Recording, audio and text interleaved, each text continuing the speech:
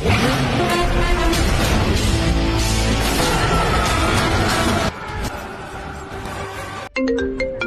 कौन सा फोन है यार? हेलो भाई, भजकुड़िया का छोटा वाला भाई जा रहा है कहीं घूमने। बस उसको किडनैप करके रखो, बस 2 मिनट में आ ही रहा है। चलो।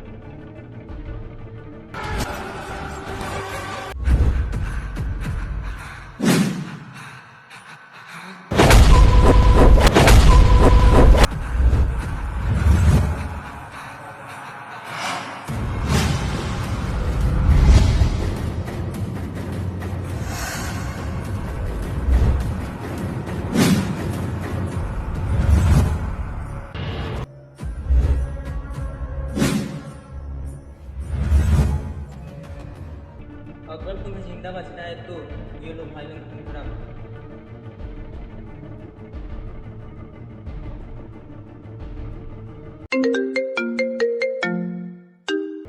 भाई देवा के आदमी ने पकड़ के मुझे रखा है, मारने का धमकी दे रहा है।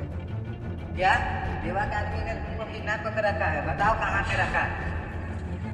भाई अपने अड्डे पर लेकर रखा है, आप जल्दी आना ही तुम नाटक का।